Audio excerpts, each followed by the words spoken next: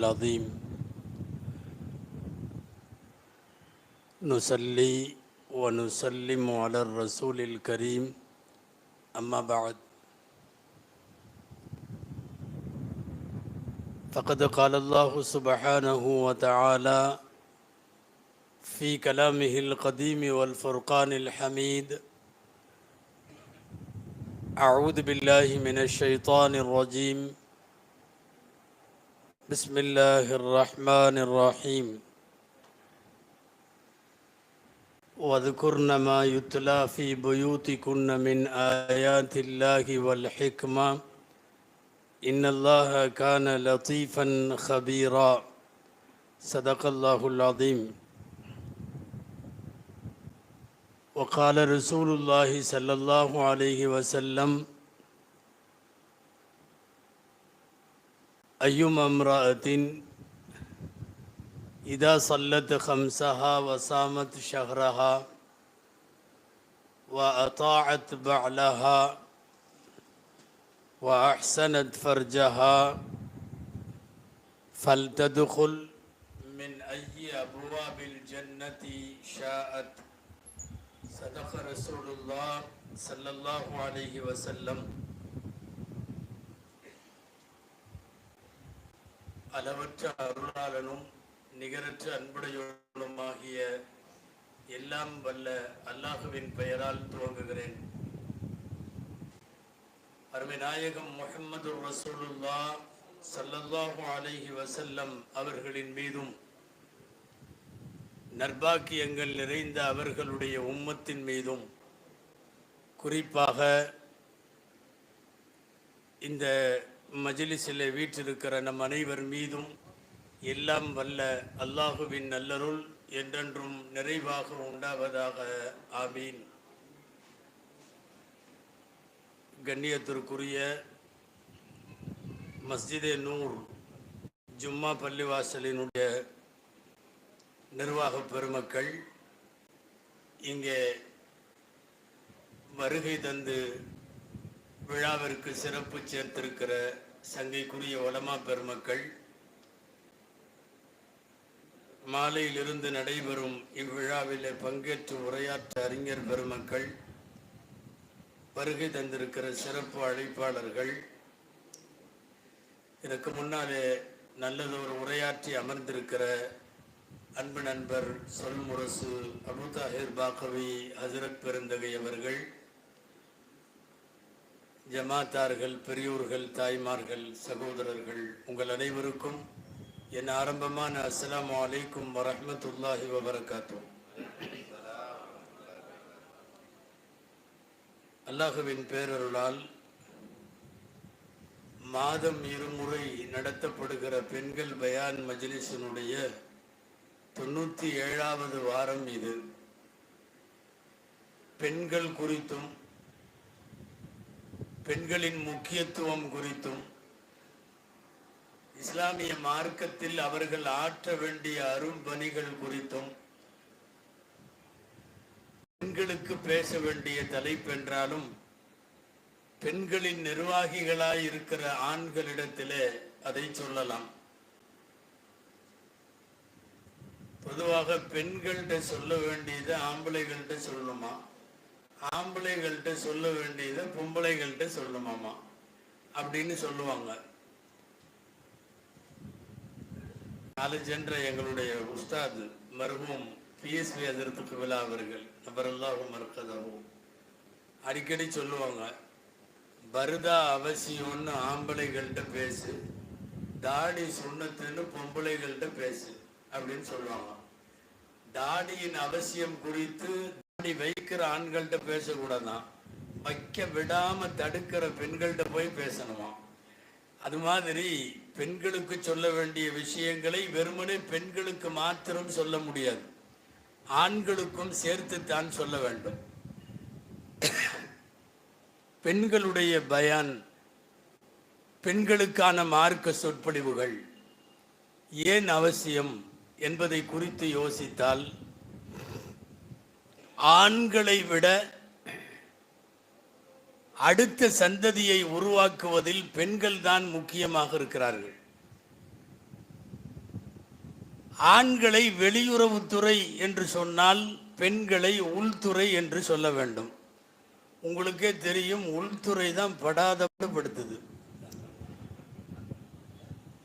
வெளியுறவு துறைகளெல்லாம் கொஞ்சம் அமைதியாக இருந்தாலும் இந்த உள்துறையோட டார்ச்சர் ரொம்ப அதிகம். தாய்மார்கள், நீங்கள் டார்ச்சர் பண்ணுறீங்கன்னு விளங்க வேணாம். நான் 2 அர்த்தத்தில் சொல்கிறேன், இருப்பவர்களுக்கு புரியும். எல்லா இடத்துலையும் உள்துறையினால ரொம்ப பிரச்சனை. அன்பானவர்களே, உள்துறையைத்தான் முதல்ல சரி செய்ய வேண்டும். ஆண்கள் வெளியுறவுத்துறையை பார்க்கக்கூடியவர்கள். நாளைய வீட்டின் சந்ததி எப்படி வளரும், நாளைய குழந்தைகள் ஒழுக்கமுள்ள சமுதாயமாக மலர்வது எப்படி, இது எல்லாமே அந்த வீட்டில் இருக்கிற, சொல்லப்போனால் அதிகாரங்களை எல்லாம் கையில் வைத்திருக்கிற பெண்களின் கையில் தான் இருக்கிறது. 40 வயசு ஆயிட்டாவே எல்லாத்துக்கும் அந்த கவலை வந்துருமாமா. என்ன கவலைன்னா, நமக்கு பின்னாடி நம்ம சந்ததி என்ன ஆகும். 40 வயசு வரையும் வராதானா? வரும். 40 வயசுல கண்டிப்பா வரும்னு குர்ஆன் சொல்லுகிறது. 26வது ஜுஸ்வில் ஒரு வசனம் அல்லாஹ் அப்படியே சொல்லுகிறான், ஹத்தா இதா பலக 40 சனா, 40 வயசாகிவிட்டால் ஒரு மனிதன் எப்படி அல்லாஹ்ட்ட பிரார்த்தனை செய்வான்னு வருது. அந்த பிரார்த்தனையின் வாக்கியம் என்ன தெரியுமா? அஸ்லிஹ் லீ ஃபீ துர்ரியத்தி இன்னி துப்து இலைக வ இன்னி மினல் முஸ்லிமீன். என் சந்ததியை சீராக்கி கொடு. எப்ப கேட்பானா? ஹத்தா இதா பலக 40 சனா, 40 வயசாகிற போது அடுத்த தலைமுறை குறித்து கவலை வர வேண்டும் என்று இந்த ஆயத்தின் தஃசீரிலே எழுதுவார்கள். சாதாரணமா 25, 30, 35 வயசு எல்லாம் விட 40 என்பது முதுமையின் நுழைவாயில். 40 என்பது மரணத்திற்கான அட்டையை பெறக்கூடிய கேட். அது அந்த 40 வயதாகிற போது எல்லாருக்கும் தனது அடுத்த சந்ததியை குறித்த சிந்தனை வர வேண்டுமாம். அல்லாஹ்விடத்தில் துஆ செய்கிற போது அஸ்லிஹ் லீ ஃபீ துர்ரியத்தி, என்னுடைய சந்ததியை சீராக்கி கொடு என்று கேட்பான். சந்ததியை சீராக்கி கொடு என்று கேட்காத பெருமக்களே இல்லை. நாமெல்லாம் எம்மாத்திரம். நபிமார்கள் கேட்டார்கள், அதிலும் பெரிய பெரிய நபிமார்கள் என் சந்ததி சீராக வேண்டும் என்று கேட்டார்கள்.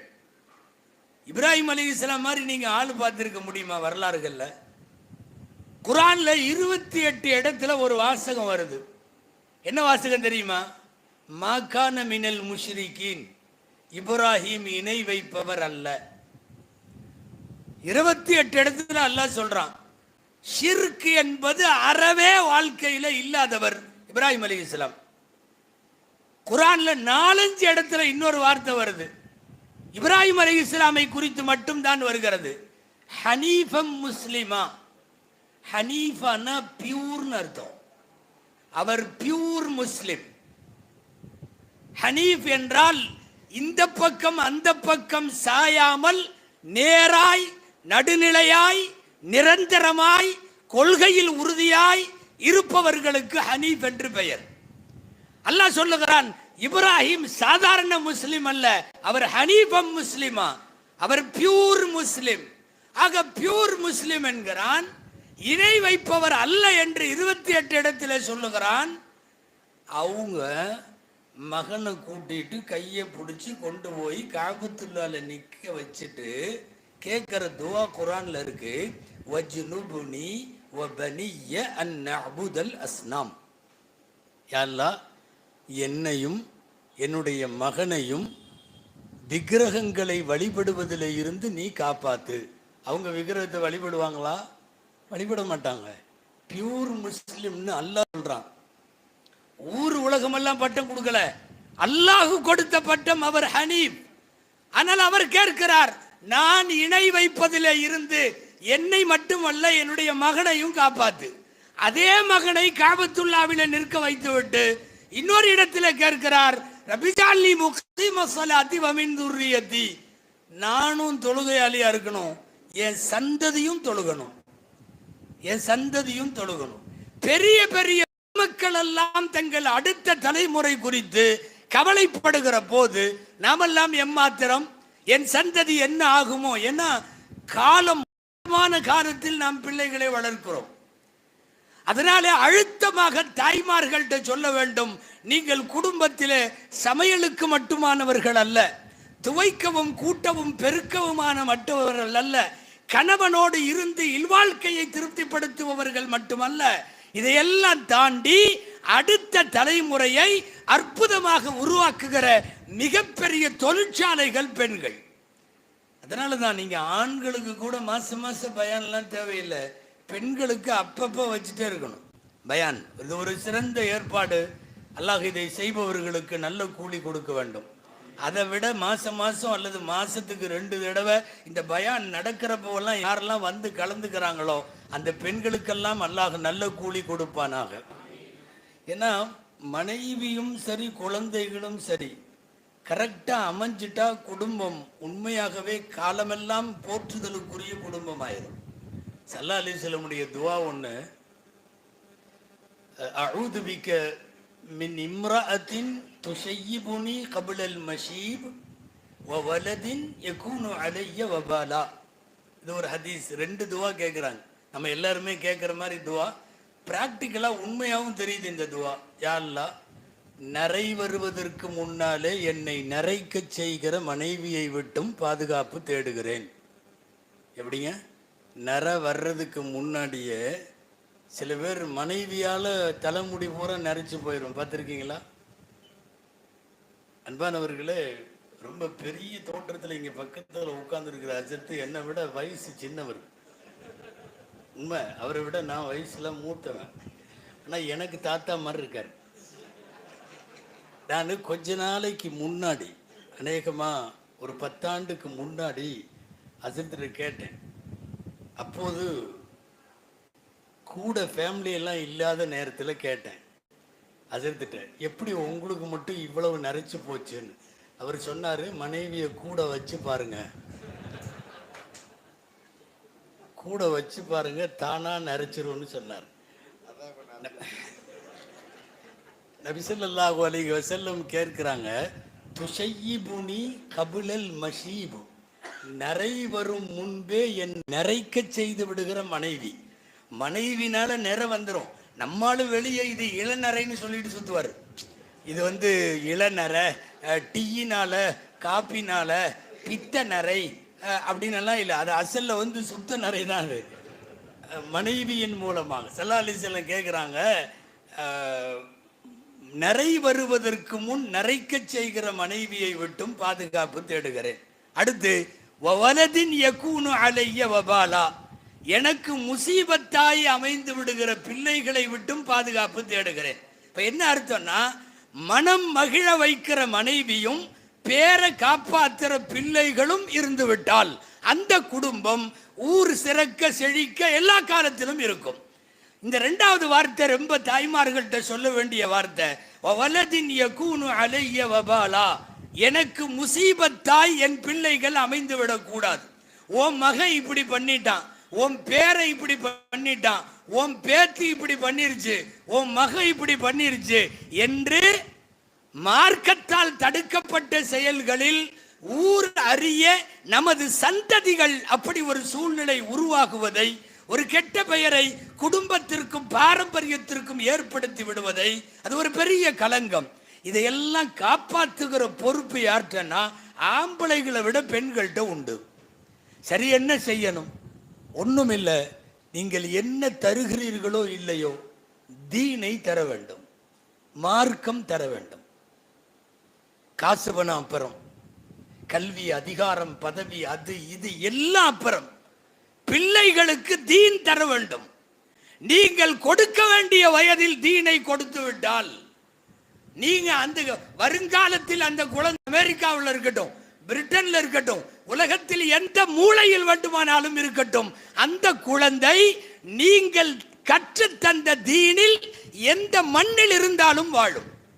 கையில மொபைல் இருந்தாலும், லேப்டாப் இருந்தாலும், வேற என்ன தொலைத்தொடர்பு சாதனங்கள் இருந்தாலும், சோசியல் மீடியாவுக்குள்ள குழந்தை இருந்தாலும், தீன் இருந்தால் அது அத்துமீறாது, அத்துமீறாது. அன்பானவர்களை, நான் சொல்ல வருவது, உனக்கு மொபைல் எல்லாம் தரமாட்டேன் அப்படின்னு இந்த காலத்தில் சொல்ல முடியல. ஏன்னா பாடமே அதில் தான் நடத்துகிறானுங்க. உனக்கு லேப்டாப் எல்லாம் இல்லை, உனக்கு கம்ப்யூட்டர் இல்லை, இதெல்லாம் சொல்ல முடியல. இப்போ கொடுத்துதான் ஆகணும். அப்ப கொடுத்தாலும் கூட என் மகன் என் மகள் கெட்டு போக மாட்டாள் என்கிற உத்தரவாத அளவுக்கு தீனை தர வேண்டும். தீன் கொடுத்து விட்டு நீங்கள் மொபைல் கொடுங்கள், என்ன வேண்டுமானாலும் கொடுங்கள், கருவிகளை கொடுங்கள், அவள் கெட்டு போக மாட்டாள்.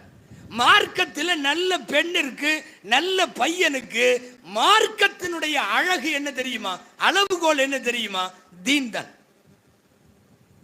அவர் எவ்வளவு கல்வி, அவங்களுக்கு எவ்வளவு சொத்து, அவங்க எவ்வளவு போஸ்ட், பதவி, அதிகாரம், அவங்க குடும்பத்துக்கு என்ன வேல்யூ, ஒண்ணுமே மார்க்கத்தில் இல்லை. நான் அடிக்கடி சொல்வது உண்டு, ஒரு நல்ல பொண்ணு எங்கள்கிட்ட இருக்கு, இதுக்கு ஒரு மாப்பிள்ளை வேணும், நல்ல மாப்பிள்ளை வேணும், எந்த மாப்பிள்ளையை செலக்ட் பண்றது அப்படின்னு நீங்க ரசூலுல்லாஹ்ட்ட கேட்டா நபி ஸல்லல்லாஹு அலைஹி வஸல்லம் சொல்றாங்க, மன் தர்லவுன தீனஹு வ குலுகஹு. ரெண்டு மட்டும் இருக்கான்னு பாரு, அந்த மாப்பிள்ளைக்கு பொண்ணு கொடுத்துரு. ஒன்று தீன் வேண்டும், இன்னொன்று குலுக் நற்குணம் வேண்டும். கண்ணை மூடிட்டு பொண்ணு கொடுத்துரு. அவன் கருப்பா செவப்பா குட்டையா நட்டையா இவ்வளோ படிச்சு டபுள் டிகிரியா ஒரு டிகிரியா சம்பாத்தியம் எவ்வளோ போனஸ் எவ்வளோ அதான் இதா 1008 பிரச்சனைகள் இருக்கலாம். மந்தர்ல உன தீனஹு வ குலுகஹு. தீன் இருக்கா கட்டி கொடுத்துரு, குலுக் நல்ல குணம் இருக்கா கட்டி கொடுத்துரு. அப்போ சிறந்த பெண்ணிற்கு, சிறந்த மாப்பிள்ளைக்கு, சிறந்த தலைமுறைக்கு நபி ஸல்லல்லாஹு அலைஹி வஸல்லம் சொல்லி தருகிற அளவுகோல் என்னன்னா தீனும் குலுக்கும். தீன் வேண்டும், நற்குணம் வேண்டும். சரி, எங்கள்கிட்ட நல்ல மாப்பிள்ளை பையன் இருக்கான், எங்களுக்கு ஒரு நல்ல பொண்ணு வேணும், நாங்கள் இந்த பையனுக்கு எங்கே பொண்ணு எடுக்கிறது அப்படின்னு ரசூலுல்லாஹ்ட்ட கேட்டா, அங்கேயும் நீங்க அடிக்கடி கேள்விப்பட்டிருப்பீங்க இந்த ஹதீஸ், பல்பர் பிதாத்தி தீன், மார்க்கம் உள்ள மணமகளை கல்யாணம் பண்ணு, மார்க்கம் உள்ளவனாக தேர்ந்தெடு. என் பிள்ளை யாரு கட்டி கொடுக்கறதுன்னு கேட்கிறவருக்கு ரசூலுல்லாஹ்வுடைய பதில்.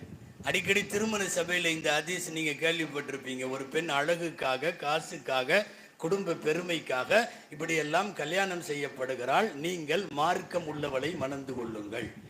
என்ன, நல்ல மாப்பிள்ளைக்கு அடையாளமும் தீன், நல்ல பெண்ணுக்கு அடையாளமும் தீன். எனவே தாய்மார்களிடத்திலே சொல்ல வேண்டும், நீங்கள் என்ன செய்ய வேண்டும் என்றால், வீட்டில் உணவோ குடியோ எதை கொடுப்பதிலும் கூட கூடுதல் குறை வைத்திருந்தாலும் தீனை கொடுப்பதிலே மாத்திரம் குறை வைத்து விடாதீர்கள். தீனை கொடுத்து ஒரு சந்ததியை இன்னைக்கு உருவாக்குறதே பெரிய கஷ்டம். அல்லாஹு அக்பர், பெரிய சவால். பசங்க பிள்ளைங்க எல்லாம் 10th +2 காலேஜ் படிக்கிற பசங்க பிள்ளைகளை வளர்த்து எடுக்கிறது. நீங்க நல்லா வளர்த்துடலாம், வீட்டில எல்லாம் பயங்கரமா வச்சிருக்கலாம், அவன் நல்லா இருந்தாலும் இந்த கையில் இருக்கிற மொபைல் அவனை விட மாட்டேங்குது. அதுலேயும் ஒரு 10-20 வருஷத்துக்கு முன்னாடி வாலிபமா இருந்தோமல்ல, நம்மெல்லாம் ஒரு வகையில தப்பிச்சோம். இன்னைக்கு இருக்கிற பையனுக்கு 4 பக்கம் வள விரிக்கிறானோ எல்லாருமேங்க. இன்னைக்கு வாழுகிற இளைஞர்களை மட்டும் சொல்லலை, நம்ம அத்தனை பேருமே பெரிய முசீபத்தில் சிக்கியிருக்கோம். 5 நிமிஷம் சும்மா உட்கார முடியல, மெசேஜ் அனுப்புகிறான், நீங்கள் தனியாக இருக்கிறீர்களா, எங்களோடு பேசுங்கள். நீ யார், எனக்கு மாமனா மச்சானா, எங்களோடு பேசுங்கள். அப்புறம் இப்போல்லாம் திடீர் ஒரு நாளைக்கு 10 தடவை இந்த ஆப்பை நீங்கள் டவுன்லோடு செய்யுங்கள், எங்களின் பெண்கள் உங்களோடு பேசுவார்கள். அவ என்ன எனக்கு பொண்டாட்டியா, அவ எனக்கு மாமியா மச்சியா, அவ எதுக்கு என்கிட்ட பேசணும்? மெசேஜ் வந்துட்டே இருக்கு, இந்த ஆப்பை பதிவு செய்யுங்கள். உங்களிடம் 5 ரூபாய் இருக்கிறதா, இந்த பெண்ணோடு பேசலாம். ஏண்டா இவ்வளவு சீப்பாவா இறங்கிட்டீங்க? என்னன்னா காலத்துல இன்னைக்கு பெரிய சவால். பையன் நல்லா தான் இருக்கான், பையன் நல்லா தான் இருக்கான், அதை இதை சொல்லி கிள்ளி டாப் டாப் டூப்னு பயானு தீனு தாவா என்னென்ன தீய சொல்லி கொடுத்து அவனை ரெடி பண்ணாலும் குறுக்க டீன்னு ஒன்று வந்து அடிக்குது, ஒரு படம் வந்து நிற்கிது, நாங்கள் பேசுவதற்கு தயார். அப்போ அவன் தீன் பேச்சு இந்த பக்கம், இந்த புள்ள பேச்சு இந்த பக்கம்னு அப்படி போயிடுவான். இன்றைக்கு இவர்களை சரியான முறையில் மார்க்கப்படி வளர்த்தெடுப்பது என்பது இன்னைக்கு காலத்தில் பெரிய சவால். இது பெரிய சவால். அவன் நல்லா இருந்தாலும் சோசியல் மீடியா விடுற மாதிரி இல்லை. புள்ளையும் பையனும் நல்லா இருந்தாலும் இன்னைக்கு இருக்கிற ஆன்லைன் அடிமைத்தனம் அவர்களை இழுத்து விடுகிறது, கட்டி போட்டு விடுகிறது. நைட்டு 10 மணி ஆனா பையன் ஜம்முன்னு ஃப்ரெஷ்ஷா ரெடி ஆயிடுறான், மொபைலை தூக்கிட்டு. எல்லாத்துக்கும் 10 மணிக்கு தூக்கம் தள்ளுமல்ல, இவன் 10 மணிக்கு தான் முழிக்கிறான். நமக்கான டைம் ஸ்டார்ட்ஸ் நவ் அப்படின்னு ஆரம்பிச்சான்னா தனியாக அவன் ரூமுக்குள்ளே போயிட்டு மொபைலை எடுத்தான்னா ராத்திரி 1 மணி 2 மணி. நான் நிறைய இடத்துல கேட்டிருக்கேன். உண்மை என்ன தெரியுமா, இன்னைக்கு இந்த கல்ச்சருக்கு நாமும் மாறிட்டோம். நம்ம குடும்பம் மாறிடுச்சு. நான் தாய்மார்கள்ட்டையும் சேர்ந்து தான் கேட்குறேன், மாறிடுச்சு. காலத்துக்கு தோதுவாக நாம் எல்லா விதமான கழிசடை நாகரிகங்களை உள்வாங்க பழகிவிட்டோம். அது பெரிய ஆபத்து. ஒன்றும் இல்லை, எங்கள் வீட்டில் ராத்திரி 10 மணிக்கு நாங்கள் எல்லாருமே தூங்கிடுவோம். கரெக்டாக காலையில் ஃபஜ்ருக்கு நாங்கள் எங்கள் வீட்டில் எல்லாருமே எழுந்திருவோம் அப்படின்னு சொல்கிறவங்க கை தூக்குங்கன்னு சொன்னால் நம்ம எல்லாமே மாட்டிக்குவோம். பெரும்பாலும் ஏதோ நானும் மாட்டிக்குவேன், நீங்களும் மாட்டிக்குவீங்க. என்ன தெரியுமா, குடும்பம் இன்னைக்கு அப்படி ஆயிடுச்சு. கரெக்டாக 10 மணிக்கு ஏதோ அல்லா மாஷா அல்லா சில பேர்த்துக்கு தௌஃபீக் கொடுத்துருப்பான், அவங்க வேணா அப்படி இருக்கலாம் இந்த காலத்துலேயும் கூட. இன்னைக்கு அப்படி நம்ம வீடு இல்லை. 10 மணிக்கு தூங்குற வீடும் ஃபஜ்ருக்கு எந்திரிக்கிற வீடும் இல்லை. சில வீடு 10 மணிக்கே தூங்கினாலும் காலையில் 10 மணிக்கு எந்திரிக்கிறாள்லாம் இருக்கான். நம்ம என்னன்னா, இன்றைக்கு ஏற்பட்டிருக்கிற இந்த கால சிதைவுன்னு இதை சொல்லணும். இந்த கால சிதைவுக்கு நம் குடும்பங்களும் பழகி போய்விட்டது. நம்ம பிள்ளைகளும் 12 மணிக்கு தான் தூங்குது. நம்ம பிள்ளைகளும் ஃபஜ்ர் ஏனோ தானோன்னு நடக்குது. வலுக்கட்டாயமா தாய்மார்கள் எழுப்பி தொழ வைத்தால் அந்த தூக்கம் அப்போடு தொழுதுட்டு திரும்ப படுத்துக்கிறாங்க இல்லையா. இன்றைக்கு இந்த கலாச்சாரத்திற்கு நாம் திணிக்கப்பட்டு விட்டோம். தாய்மார்களே, நீங்க என்ன பண்றீங்களோ இல்லையோ, வீட்டின் வாசற்படியில இருந்து வீடு முழுக்க தீன் வர வேண்டும். அது உங்களால மட்டும்தான் முடியும். ஆம்பளைங்கனால முடியாது. தகப்பனால அதையெல்லாம் உருவாக்க முடியாது. 7th படிக்கிறான், 8th படிக்கிறான், ஃபேஸ்புக்கில் இருக்கிறான், இன்ஸ்டாவில் இருக்கிறான், 6th தான் படிக்கிறான். அவன் இன்ஸ்டாவில் உட்காந்து அந்த பதிவு இந்த பதிவு. இந்த புதுசாக ஒரு மோகம் ஒன்று வந்திருக்குல்ல, ரீல்ஸ் மோகம். அல்லாஹு அக்பர். இனி என்னென்னத்தையெல்லாம் ரீல்ஸில் போடுவாங்கன்னு தெரியல, அவ்வளவும் போடுறான். அசிங்கம், அழகு, ஆராதனை, அபாயம் எல்லாத்தையும் போடுறான். எல்லாம் நிற்கிறது உட்கார்றது. ஒரு குடும்பத்திற்குள்ளே அறைக்குள்ளே ரகசியமாய் நடக்கிற விஷயங்களும், இரட்டை அர்த்தம் அல்ல பல அர்த்தங்களை உடைய வாசகங்களும் இன்னைக்கு ரீல்ஸ்ல வருது. வயசு பிள்ளைங்க, வயசு பசங்க இன்னைக்கு அந்த ரீல்ஸ் ரெடி பண்ணி அதை தூக்கி இன்ஸ்டால ஃபேஸ்புக்ல எல்லாம் போடுறத பெருமையாக கருதுகிறார். இன்னைக்கு அப்படி ஒரு கலாச்சார சிதைவு, காலத்தினுடைய சிதைவு. இன்னைக்கு இதுக்கெல்லாம் நாமளும் இன்னைக்கு அடிக்ட் ஆயிட்டோம். தூங்குறப்போலாம் இப்படிங்கிறான், இப்படிங்கிறான். அப்படியே ஆயிடுச்சு. என்னமோ தஸ்பீ ஓதுற மாதிரி. சுப்ஹானல்லாஹ் சுப்ஹானல்லாஹ் இப்படி போகுது, மணிக்கணக்கில் போகிறது. இருக்கிற ஆயுஷை கொஞ்சங்கிறாங்க, 60க்கும் 70க்கும் இடையில. அதுக்கு முன்னாடியே போறதும் உண்டு.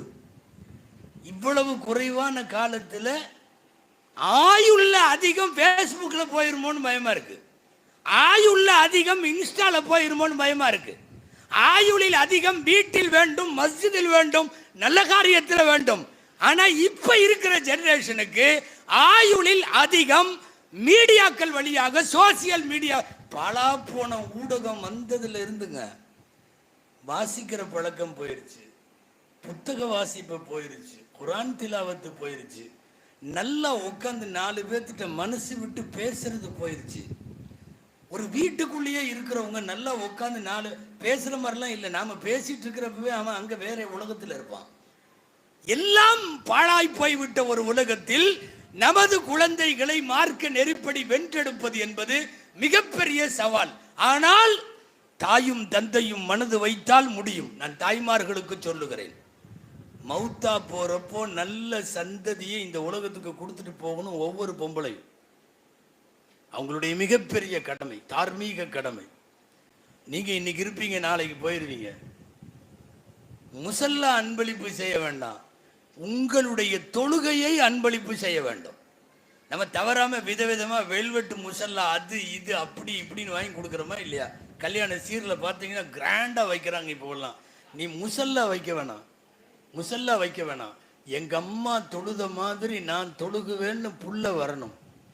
எங்க அம்மா எப்படியெல்லாம் நஃபிலான இதெல்லாம் செய்வாங்களோ, நோன்பு வைப்பாங்களோ, தொழுகுவாங்களோ, அந்த மாதிரி நான் என் பிள்ளைகளையும் உருவாக்கி இருக்கேன்னு முசல்லா தர வேண்டாம், தொழுகையை அன்பளிப்பாக தாருங்கள்.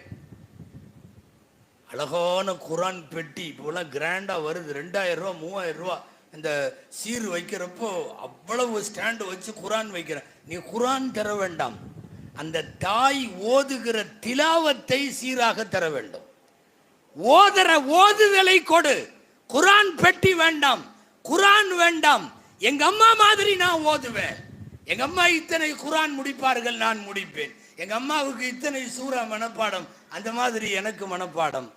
அந்த மாதிரி தான் வேண்டுமே ஒழிய வெறுமனே முசல்லாக்களும் வெறுமனே குரான் பெட்டிகளும் இவைகளெல்லாம் தேவையில்லை. நினைச்ச மாதிரி உருவாக்கலாம். எத்தனையோ சஹாபாக்களை, இமாம்களை, நல்லோர்களை, நாதாக்களை அவங்க பேரண்ட்ஸு டார்கெட் போட்டு என் பையனை இப்படி வரணும்னு கரெக்டாக காய் நகர்த்தி அதே மாதிரி கொண்டு வந்துட்டாங்க. அப்படியெல்லாம் ஒரு குடும்பம் ஜம்முனை நிம்மதியாக கண்ணை மூடலாம். டார்கெட் போட்டு உருவாக்கணும். நான் என் பையனை இப்படி தான் கொண்டு வருவேன், என் பிள்ளைய நான் இப்படி தான் கொண்டு வருவேன். ஒரே ஒரு செய்தி சொல்ல வேண்டும். ஒரு சஹாபி அப்துல்லாஹ் இப்னு ஜுபைர் ரலியல்லாஹு, அப்துல்லாஹ் இப்னு ஜுபைர், இவங்க அத்தா யாருங்க?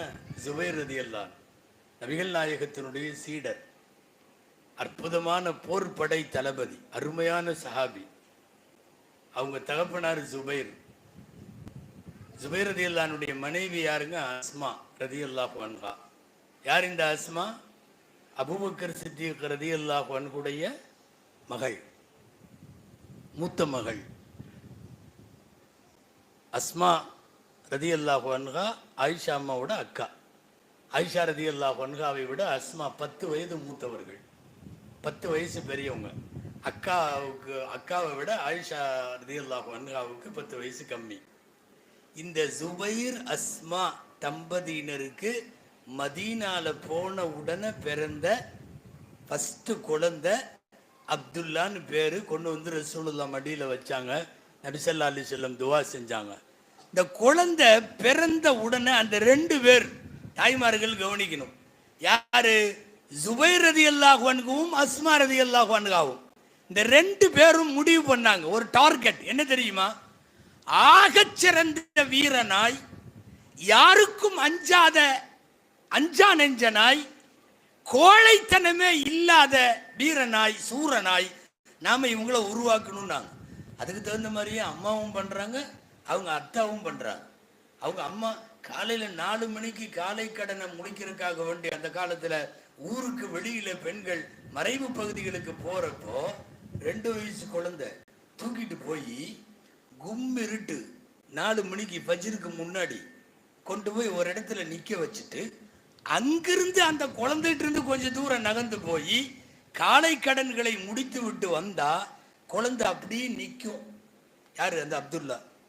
நிறைய பேர் சொன்னாங்க, ஏம்மா நீ காலையில் போகிறப்ப நீ போக வேண்டியதானே, இந்த குழந்தைய கொண்டு போய் அந்த இருட்டில் 4 மணிக்கு காட்டில் பாலைவனத்தில் நிற்க வச்சுட்டு நீ போறிய. என் பையன் எந்த காலத்திலையும் யாரை பார்த்தும் பயப்படக்கூடாது, இருட்டை பார்த்தும் பயப்பட மாட்டான், எந்த விஷ ஜந்துக்களை பார்த்தாலும் பயம் வராது, விலங்கை பார்த்தாலும் பயம் வராது. நான் அப்படி உருவாக்கணும். தொடர்ந்து பல வருஷம் அந்த குழந்தை தனியாக நிற்கும். அந்த மாதிரி குழந்தைகள்லாம் பயமுறுத்தவே முடியாது. நம்ம குழந்தைக்கு தான் பூச்சாண்டின்னு சொன்ன உடனே 2 பிளேட்டு சாப்பிடுது. சாப்பிட்றையா பூச்சாண்டி வந்துருவான்னா. அப்துல்லா இப்னு ஜுபைர் அப்படி வளர்க்கப்பட்டார். அவங்க அத்தா அதுக்கு மேலே. யாரு? ஜுபைர் ரலியல்லாஹு. உப்பு மூட்டை தூக்கிட்டு போர்க்களத்துக்குள்ளே போவாங்க. பையனுக்கு 4 வயசு. போர்க்களத்துக்குள்ள அதுவும் இப்படின்ட்டே போவாங்க கடைசி வரையும். யாராவது ஜுபைரின் தலையை குறி வைத்து வெட்டினால் குழந்தை கழுத்து தான் ஃபர்ஸ்ட் போகும், தலை துண்டாயிரும்.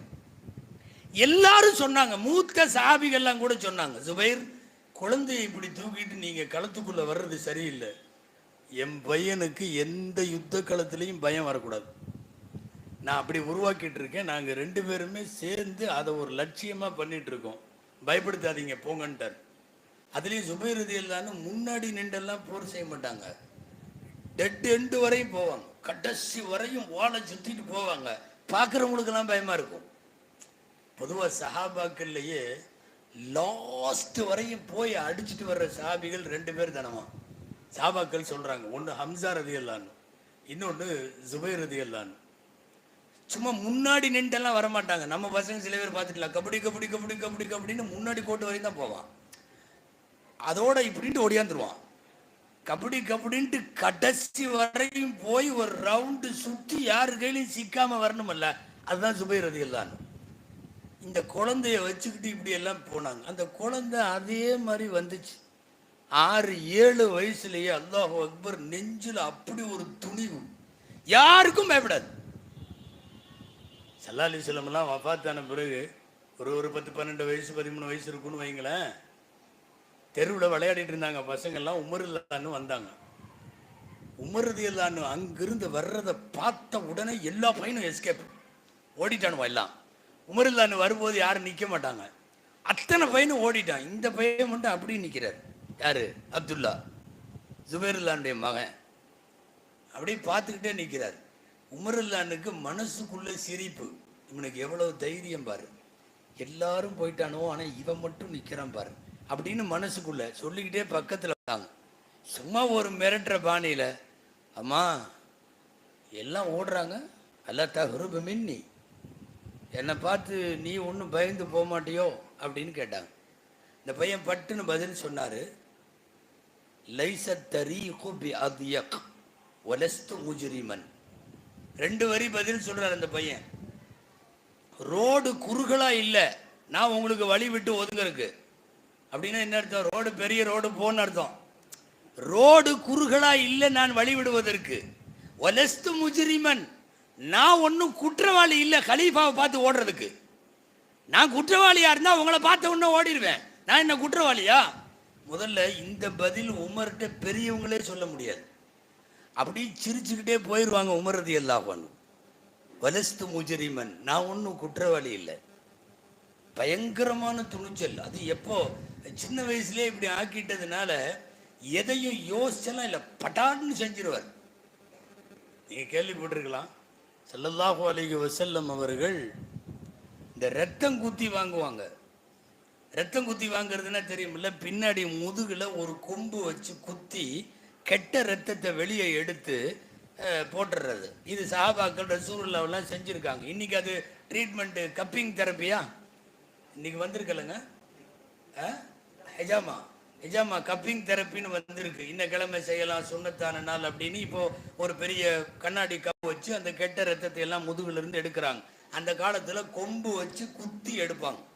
ரசூல் ஸல்லல்லாஹு அலைஹி வஸல்லம் அந்த மாதிரி எடுத்துட்டு ஒரு டப்பாவில் ரத்தம் யார்கிட்டையாவது கொடுக்கணும்னு வெளியே பார்த்தாங்க. இந்த பையன் நின்றுட்டு இருந்தார், அப்துல்லா இப்னு ஜுபைர். சின்ன பையன், 6-7 வயசுக்காரர். இங்கே வா அப்துல்லா, இங்கே வா, இதை கொண்டு போய் எங்கேயாவது அங்கே தூரமாக ஊற்றிரு, யாரும் பார்க்கக்கூடாது, ஒன்னையும் பார்க்கக்கூடாது இதையும் பார்க்கக்கூடாது, போ அப்படின்னு சொல்லி கொடுத்து அனுப்புனாங்க. சொல்கிறப்பே சொல்லி கொடுத்தாங்க, பிஹைதுலம் யராக அஹதுன் வலம் யரகு அஹதுன், இதையும் யாரும் பார்க்கக்கூடாது ஒன்னையும் யாரும் பார்க்கக்கூடாது, சத்தம் இல்லாமல் கொண்டு போய் நம்ம ஏதாவது ஒரு இதை கொண்டு கொடுப்போமல்ல, அந்த மாதிரி கொடுத்து பத்திரமா போயிட்டு வான். அவர் கொஞ்சம் தூரம் போனார். 7-8 வயசுலேயே, அது அஸ்மா ஜுபைர் தம்பதிக்கு பிறந்த மகன், எவ்வளவு அபாரமானவர். ஒரு மரத்தடிக்கு போய் கீழே நின்று யோசிச்சாரு, ரசூலுல்லாஹ்வுடைய வியர்வைக்கே அவ்வளோ போட்டி போடுறாங்க, ரசூலுல்லாஹ்வுடைய எச்சிலுக்கே அவ்வளோ போட்டி போடுறாங்க, அப்படின்னா ரசூலுல்லாஹ்வுடைய ரத்தம் பிஸ்மில்லான்னு குடிச்சிட்டாருங்க. ரத்தத்தை குடிச்சிட்டு வந்துட்டார். முதல்ல இந்த மாதிரிலாம் செஞ்சுட்டு வர்றதுக்கு ஒரு துணிவு வேணுமல்ல. ஸல்லல்லாஹு அலைஹி வஸல்லம் கேட்டாங்க, அப்துல்லா மா ஸனஅத பி, என்னப்பா பண்ண அப்படின்னார். இந்த பதில் பாருங்க எப்படி அந்த பையன்றதுன்னு வருது. ஸனஅது கமா அமர்த யா ரசூலல்லாஹ், நீங்க சொன்ன பிரகாரம் செஞ்சுட்டேன். பதிலுங்க, நீங்க சொன்ன பிரகாரம் செஞ்சுட்டேன். ரசூலுல்லாஹ் திரும்ப கேட்டாங்க, மாதா ஸனஅத, ரெண்டாவது கேட்குறாங்க, என்ன செஞ்சேன்னு சொல்லு. அவர் திரும்ப அதையே சொல்கிறார், நீங்கள் சொன்னீங்கல்ல யாரும் பார்க்காத இடத்துல போட சொல்லி, யாரும் பார்க்காத இடத்துல யாரும் பார்க்காத விதத்தில் நான் போட்டேன் அப்படின்னார். என்னமோ சம்திங் ராங் தெரியுது. ரசூலுல்லாஹ் திரும்ப கேட்டாங்க, பில்லாஹி மாதா ஸனஅத யா அப்துல்லா, அல்லாஹ்வோட பேரால் கேட்குறேன், என்ன பண்ண சொல்லு. ஷரிப்துஹு யா ரசூலல்லாஹ், நாயகமே குடிச்சிட்டேன்.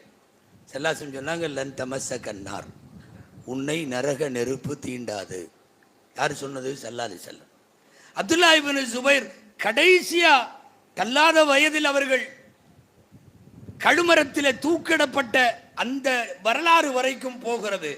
வாழ்க்கை முழுக்க வீர தீரம் மிக்க ஒரு திறம்பட சஹாபி ஒருவர். என்ன காரணம்னா, தாயும் தகப்பனும் குறிக்கோள் வைத்து உருவாக்கினார்கள். என் பிள்ளை இப்படி வரணும்னு சொல்லி ஒரு டார்கெட். நாம் தாய்மார்கள்ட்ட கேட்கறது அதுதான். உங்களுடைய பிள்ளை எப்படி வர வேண்டும் என்பதை முடிவு செய்யுங்கள். அதற்கு தோதுவாக உங்களுடைய அடுத்தடுத்த கட்டங்களை நகர்த்துங்கள். ரொம்ப முக்கியமானது, ஆண்களை விட அது பெண்களுடைய கையில் தான் இருக்கிறது. குறிப்பாக சமீப காலங்களில் மானம், வெட்கம், இந்த நாணம் என்னென்னமோ சொல்லுவாங்கல்ல, பெண்கள்கிட்ட உள்ளது, அச்சம், மடம், பயிர், தவிர்ப்பு என்னமோ சொல்லுவாங்கல்ல, அத்தனையும் போயிருச்சு. எல்லா விதத்திலேயும், ஆடைகளிலே இருந்து, பேச்சிலே இருந்து, பார்வையில இருந்து, பழகுவதிலிருந்து, பிறருடனான நடைமுறைகளில் இருந்து, எல்லாவற்றிலேயும் வெட்கமே இல்லாத ஒரு சூழ்நிலை. குறிப்பா பருவ பெண்கள்கிட்ட. நான் வெறுமனே ஆம்பளை பசங்களுக்கு பேசிட்டு இருக்கேன்னு நினைக்க வேண்டாம், பருவ பெண்கள்கிட்ட எல்லாம் போயிருச்சு. இன்னைக்கெல்லாம் எனக்கு எப்படி மாப்பிள்ளை வேணும்னு பொண்ணே சொல்லுது. இது என்ன காலம்னே தெரியல. நாம இதையெல்லாம் பேசினா நம்மளைய பழமைவாதிங்கிறான். ஏன் அவளுக்குள்ள மாப்பிள்ளைய அவ சொல்லக்கூடாதா அப்படின்னு கேட்கறான். நம்ம குடும்பங்கள்ல எந்த காலத்துலயும் அப்படி சொல்லலை. பேரண்ட்ஸ் நல்லா தான் பார்ப்பாங்க, பிள்ளைக்கு நல்ல மாப்பிள்ளை தான் பார்ப்பாங்க. இது உட்காந்து ஹைட் அளவெல்லாம் சொல்லுது. 5.8 ஆகாது, 5.6 இப்படி எல்லாம் அளவு சொல்லுது. அவர் சம்பாத்தியம் சொல்லுது, அவன் கையில் இருக்கிற வாட்ச் சொல்லுது, அவன் மீச, அது இது எல்லாத்தையும் சொல்லுது. எனக்கு அப்படி மாப்பிள்ளை வேணும். சஹீஹுல் புகாரில ஒரு பாடம், அல் இஸ்திதான் இன்தல் பிக்ர், கன்னி பெண்ணிடத்திலே திருமண அனுமதி கோருவது பற்றிய பாடம் சஹீஹுல் புகாரில. அதுல இமாம் புகாரி ரஹ்மத்துல்லாஹி அலைஹி ஒரு ஹதீஸ் கொண்டு வர்றாங்க. என்னன்னா, இதுவரை திருமணமாகாத கன்னி பெண்ணாக இருந்தால் இந்த மாப்பிள்ளைய உனக்கு கட்டி வைக்கிறோம், கட்டிக்கிறையா அப்படின்னு கேட்டா அந்த பெண் மௌனமாக இருந்தால் சம்மதம். இத்னுஹா சுமாத்துஹா, அந்த பெண் மௌனமா இருந்தா அது சம்மதம். ஏற்கனவே திருமணமான பெண்ணாக இருந்தால், விவாகரத்து பெற்ற பெண்ணாக இருந்தால், கணவன் இறந்து போன பெண்ணாக இருந்தால் அந்த பெண்ணிட்ட மௌனம் சம்மதமா ஆகாது. அது வாயை திறந்து சொல்லணும், ஆமா நான் இந்த மாப்பிள்ளையை கல்யாணம் பண்ணிக்கிறேன் அப்படின்னு போல்ட சொல்லணும். ஆனா கன்னி பெண் சொல்ல மாட்டா, மௌனம் அனுமதியாக எடுத்துக்கொள்ளப்படும். இது ஏன்னு விளக்கம் எழுதும் போது அங்க எழுதுகிறார்கள் புகாரியினுடைய விரிவுரைகள்ல என்னன்னா, பெரும்பாலும் இதுவரை திருமணம் ஆகாத கன்னி பெண்கள் தனக்கு வரும் மாப்பிள்ளையினுடைய தகுதி தராதரங்கள் குறித்தோ அவன் அங்க அவயங்கள் அமைப்புகளை குறித்தோ பேசுவதற்கு தயங்குவார்கள், வெட்கப்படுவார்கள். எனவே மௌனம் சம்மதமாக எடுத்துக்கொள்ளப்படுகிறது. இது ஷரியத்தினுடைய பார்வை. இன்னைக்கு மௌனமாவெல்லாம் யாரும் இல்லை. அல்லாஹு அக்பர். அது பூரா பேசுது, வரலாறு பூரா பேசுது ஒரு மாப்பிள்ளையை பத்தி. நான் அதைத்தான் சொல்லுகிறேன். பார்வை, கேள்வி, பழகுதல் அத்தனையிலும் வெட்கமெல்லாம் எடுபட்டு போய்விட்ட ஒரு காலத்தில் நாம் வாடுகிறோம். குறிப்பாக நம்முடைய பருவ பெண்களை அப்படி வளர்த்து உருவாக்கியாக வேண்டும். எக்கச்சக்கமான தலாக், எக்கச்சக்கமான குலா, ஒன்றும் இல்லை. அசல் காரணத்தை கண்டுபிடிச்சிங்கன்னா என்ன தெரியுமா, அம்மா அத்தாட்ட ரொம்ப செல்லமா வளர்ந்த பிள்ளைகள். நீங்க போய் குலா எங்கெல்லாம் நடக்குதோ விசாரிச்சு பாருங்க, தலாக்கு எங்கெல்லாம் நடக்குதோ விசாரிச்சு பாருங்க. சில இடங்கள்ல மாப்பிள்ளை தவறு, சில இடங்கள்ல பெண்ணுடைய தவறு. ஆனா இன்னைக்கு மெஜாரிட்டி என்ன தெரியுமா, அதிக செல்லம் கொடுத்து அன்பு என்ற பெயரால் ஏராளமான செல்லத்தை கொட்டி வளர்க்கப்பட்ட பெண்கள் அடுத்த வீட்டினுடைய நெளிவு சுழிவுகளை தாங்குகிற நிலையில இல்ல. அட்ஜஸ்ட்மெண்ட் மனோபாவத்தில், அனுசரித்து ஒத்து போகிற மனோபாவத்தில் இன்றைக்கு இருக்கிற பெண்கள் இல்லை. அட்ஜஸ்ட்மெண்ட்டே கிடையாது. போன வேகத்துல வந்துடுறா பொட்டி தூக்கிட்டு. அவங்க அத்தா சொல்லிடுறாரு, நீ மாமா நான் பார்த்துக்கிறேன். அந்த ஆளை அடிக்கணும். பிரச்சனை அங்கிருந்து. அன்பானவர்களே, நிறைய இந்த பிரச்சனைகள் அது இந்த மாதிரி எல்லாம் குடும்பத்தில் ஒரு கூட்டு குடும்பத்தில் முன்ன பின்ன இருக்குமா, இப்படி வாழணும், இப்படி இருக்கணும், பணிஞ்சு போகணும், அது இதுன்னு எல்லாம் சொல்லி கொடுக்கணும். இதெல்லாம் சொல்லித்தரதே இல்லை. நீ வா பார்த்துக்கலான்னா ஒரு ஹதீஸ் இப்படி வருகிறது.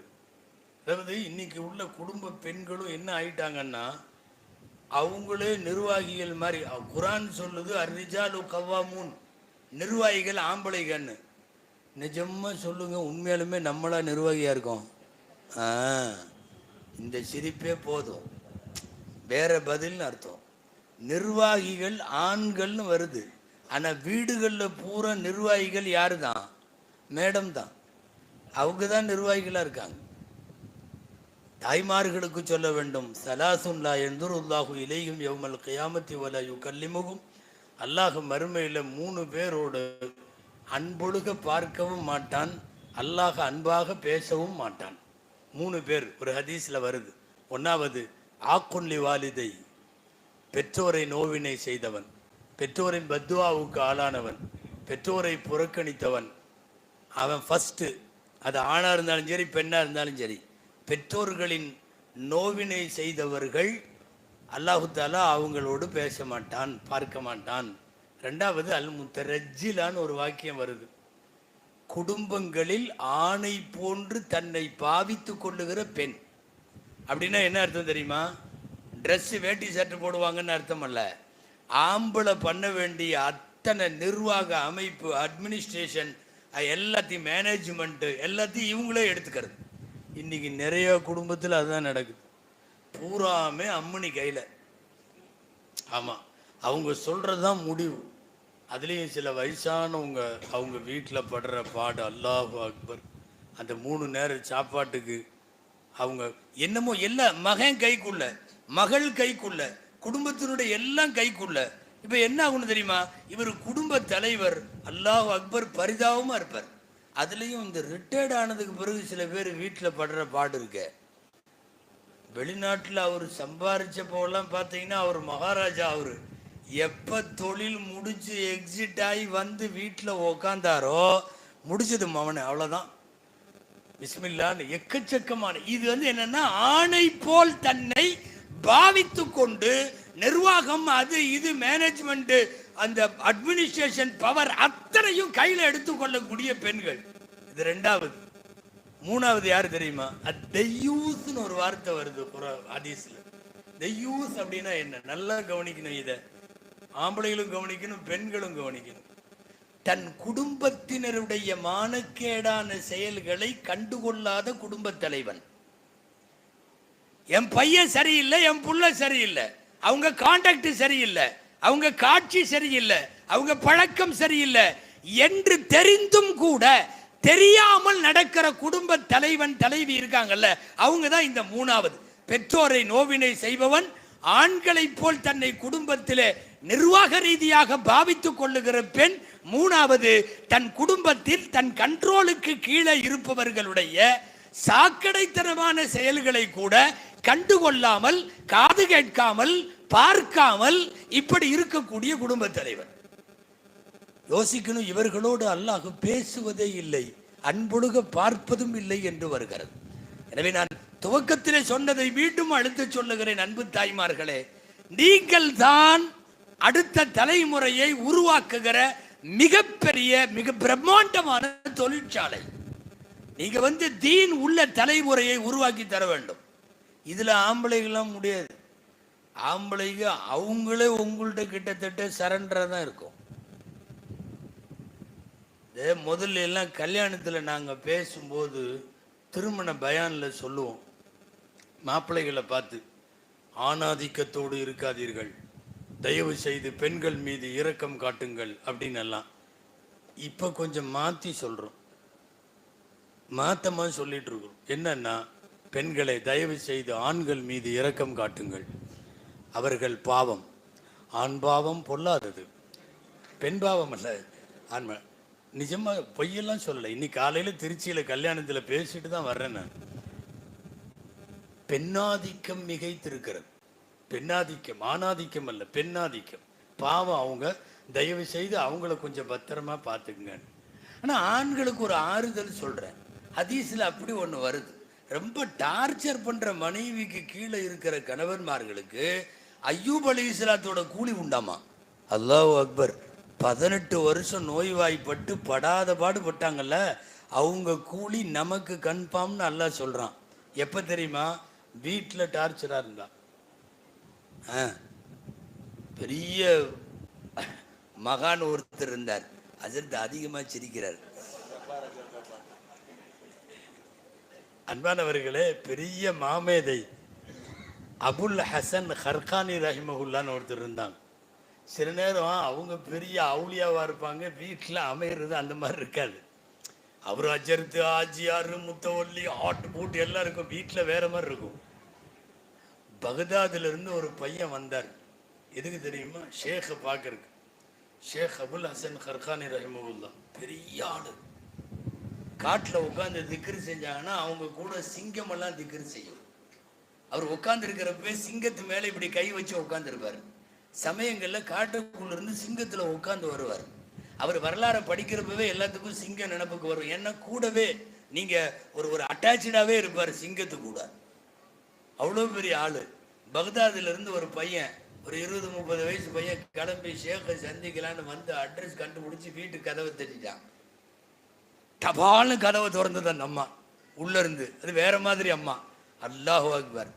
என்ன இல்ல, ஷேக்கை சந்திச்சு துவா வாங்கிட்டு போன, உனக்கும் பொழப்பில்லை அவருக்கும் பொழப்பில்லை, போ அங்க இருப்பார் பாரு அப்படின்னு அங்க காட்டுக்குள்ள இருப்பாருன்னு துரத்தி விட்டுச்சு. அதிர்ச்சியாயி இந்த பையன், ஷேக்குக்கே இந்த நிலைமையா அப்படின்னு யோசிச்சுக்கிட்டே வர்றான். இப்படி ஒரு மனைவி கூட இவர் ஏன் வாழணும்? இவர் உலகத்துல பெரிய ஷேக்கு. இவங்களை தேடி எல்லா நாட்டில இருந்தும் ஆன்மீக ரீதியா தேடிட்டு வர்றாங்க. இவர் இப்படி ஒன்றை வாழ்ற நினைச்சுக்கிட்டே வர்றாரு. அந்த காட்டுக்குள்ள நுழையிறாரு. சிங்கத்தோட எதிரில் வந்துட்டு இருக்கிறாங்க. கூட சிங்கம் வருது, இவரும் வர்றாங்க. அது இந்த வளர்ப்பு நாயெல்லாம் கூட்டிட்டு வர்றாங்கல்ல பல பேர் இன்னைக்கு, அந்த மாதிரி சிங்கம் வருது கூட, இவர் வர்றாரு. சலான் சொன்னார். இந்த பையனோட முகமே சரியில்லை. ஆன்மீகவாதிகளுக்கு முகத்தை பார்த்த உடனே தெரிஞ்சு போயிடும். அகத்தின் அழகு முகத்துல தெரியுது. கொஞ்ச நேரம் உத்து பார்த்துட்டு இந்த பையன்கிட்ட கேட்டாங்க, வீட்டுக்கு போனியோ? வீட்டுக்கு போனியானார். அவர் ஆமானார். அப்படி சொன்ன உடனே அந்த பையன் ஆரம்பிச்சுட்டான், இந்த மாதிரி ஒரு பொம்பளை ஏன் வச்சிருக்கணும் நீங்க மனைவியா? இதை தலா கூட வேண்டியதானே அப்படின்னார். 2 பதில் சொன்னாங்க. அழகான பதில். என்ன தெரியுமா? ரொம்ப வாய் அந்த அம்மா.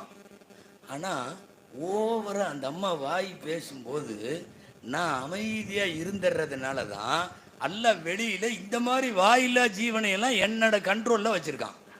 வெளியில சிங்கம், புலி, கரடி எல்லாம் என் கண்ட்ரோல்ல. ஏன் தெரியுமா? அந்த மாட்ட நான் கண்ட்ரோல்ல. அப்புறம் சொன்னாரு, தலாக்கு விட்டுறலாமல்லன்னு கேட்டீல்ல, நான் விட்டுருவேன். ஆனா எனக்கே நல்லா தெரியும், நான் தலாக்கு விட்டா வேற எவனும் கட்ட மாட்டான். அந்த அம்மாவை வேற யாரும் கல்யாணம் பண்ண முடியாது. ஆனா என் பிள்ளைகளை அவன் நல்லா பாத்துக்கிறான். அந்த வேலையை அவன் செய்யறா இல்லையா? அது நான் செய்ய முடியாது. நான் செய்ய முடியாது அந்த வேலையை. என் பிள்ளைகளை வளர்ப்பதில் அவள் சரியாக இருக்கிறாள். எனவே என்ன பேசினாலும் பரவாயில்ல, அவள் மனைவியாகவே இருந்து விட்டு போகட்டும் அப்படின்னு சொல்லி அபுல் ஹசன் ஹர்கானி ரஹ்மத்துல்லாஹி அலைஹி சொல்றாங்க. இப்ப இதையெல்லாம் சொல்லிட்டு நீங்க எங்களுக்கு என்ன சொல்ல வர்றீங்க அப்படின்னு கேட்குறீங்க. ஒன்றும் இல்லை, டார்ச்சர் அதிகமாக இருந்தால் நீங்கள் அவுளியாவாகிறதுக்கு வாய்ப்பு உண்டு. சொல்ல முடியாது, நம்மெல்லாமே அவுளியாக்கள் ஆகிறதுக்கு வாய்ப்பு உண்டு. அதனால் தாய்மார்கள்ட்ட சொல்லணும், ஆண்கள் பாவம் என்பதை சொல்லும் சூழ்நிலையில் இன்றைக்கு குடும்பம் இருக்கிறது. அன்பானவர்களே, நான் துவக்கத்தில் சொன்னதை மீண்டும் சொல்லி நிறைவுக்கு வருகிறேன். ஆண்களால் ஒரு நல்ல குடும்பத்தை கட்டமைக்கிறது ரொம்ப கஷ்டம். சம்பாதித்து தருவதற்கு ஆனால் முடியும். விசேஷங்களுக்கு அல்லது சுப துக்க காரியங்களிலே வந்து குடும்பத் தலைவன் என்று நிற்க முடியும். ஆனால் அடுத்த தலைமுறையை மார்க்கம் சார்ந்த தலைமுறையாய் தீனின் தொடர்போடு, அல்லாஹ் ரசூலினுடைய தொடர்போடு ஒரு சந்ததியை உருவாக்குவதற்கு பெண்களை உங்களால் தான் முடியும். அந்த தொடர்பிலேயே இருங்கள். குறிப்பாக இது போன்ற மார்க்க நிகழ்ச்சிகள், பயான்கள் உங்களுக்காக நடத்தப்படுகிற போது தவறாமல் அதில் பங்கேற்றுக் கொள்ளுங்கள். எல்லா வாரமும் இந்த பயானுக்கு நிறைய பேர் வர்றாங்களான்னு தெரில, தலைவர் செக்ரட்டரியிட கேட்டால் தெரியும், வர்றாங்க. ஆனால் இடம் பத்தாத அளவுக்கு இன்னும் பயங்கரமான கூட்டம் வரணும்னா ஒரு வழி இருக்குது. ஒரு 6 மாதத்துக்கு ஒரு தடவை 1 கிராம் தங்கம், ஒன்றுமே வேணாம், நீங்கள் தங்கம்னு சொன்னால் நாளைக்கு மௌத்தா போகிற கிளவியெல்லாம் பயானுக்கு வந்துடும். தாய்மார்கள் கோச்சிக்கூடாது. அதாவது பரிசுகள் வழங்கியாவது நீங்கள் கொண்டு வந்து அமர வைத்து அவர்களுக்கு மார்க்கத்தை சொல்லுங்கள். அப்படி சொல்லுகிற இடத்தில் என் அன்பு தாய்மார்களை நீங்கள் கலந்து கொள்ளுங்கள் என்பதை உங்களுக்கு வேண்டுகோளாக வைத்து நல்ல தலைமுறையை உருவாக்க அல்லாஹ் உங்களுக்கு தௌஃபீக் செய்வானாக. நம்முடைய காதுகளில் எந்த மார்க்க விஷயமெல்லாம் வாழும் காலத்தில் வந்து விழுகிறதோ அவைகளை தாமதம் இல்லாமல் உடனடியாக குடும்பத்திலே அமல் செய்யக்கூடிய தௌஃபீக்கை அல்லாஹ் வழங்குவானாக. எல்லாம் வல்ல இறைவன் தொடர்ந்து இந்த நற்காரியத்தை நடத்தி வருகிற மஸ்ஜிதே நூர் ஜும்மா பள்ளிவாசனுடைய நிர்வாக பெருமக்கள், இந்த ஜமாத்தார்கள், அல்லாஹ் இவர்களுடைய நல்ல உழைப்புக்கும் தியாகத்திற்கும் சிறந்த கூலிகளை அல்லாஹ் இம்மையிலேயும் மறுமையிலேயும் வழங்குவானாக என்று வல்லோன் அல்லாஹ்விடத்தில் துவா செய்து வாய்ப்புக்கு நன்றி சொல்லி நிறைவுபடுத்துகிறேன். வாஹிரு தஅவானா அனில் ஹம்துலில்லாஹி ரப்பில் ஆலமீன். அஸ்ஸலாமு அலைக்கும் வரஹ்மத்துல்லாஹி வபரகாத்துஹு.